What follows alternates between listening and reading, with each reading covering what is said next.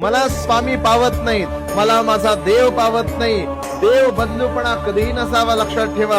33 कोटी प्रकारचे किंवा 33 प्रकारचे देव जरी आपल्या आयुष्यामध्ये असतील आणि त्यातला एक देव जरी आपल्यावर कृपा करायला लागला तर माणसाच्या आयुष्याचं 100% सोनं होतंय, हे लक्षात घ्या. मनुष्याला एक गोष्ट लक्षात आली पाहिजे, भावे भेटतो उमापती. तुमचा भाव जर स्वच्छ असेल तर तो 100% भेटतो. स्वामींविषयीचा एक अर्थभाव आपल्या मनात ठेवा. एकदा जो मी गुरु केला, मी न सोडे कदा त्याला, तो न सोडे कधी मला. या उक्तीप्रमाणे आपल्या भगवंताच्या चरणी, आपल्या आराध्याच्या चरणी आपलं जे काय चांगलं वाईट आहे ते सगळं सोडून द्या. आपलं चांगलं किंवा वाईट तोच करेल या विश्वासाने त्याची भक्ती करा. सगळं जर श्रीमंतीच्या तराजूमध्ये तुललं गेलं असतं तर जगातली सगळी देवस्थानांमधल्या सगळ्या मूर्ती या पाषाणाच्या सोडून सोन्याच्या असत्या, लक्षात घ्या.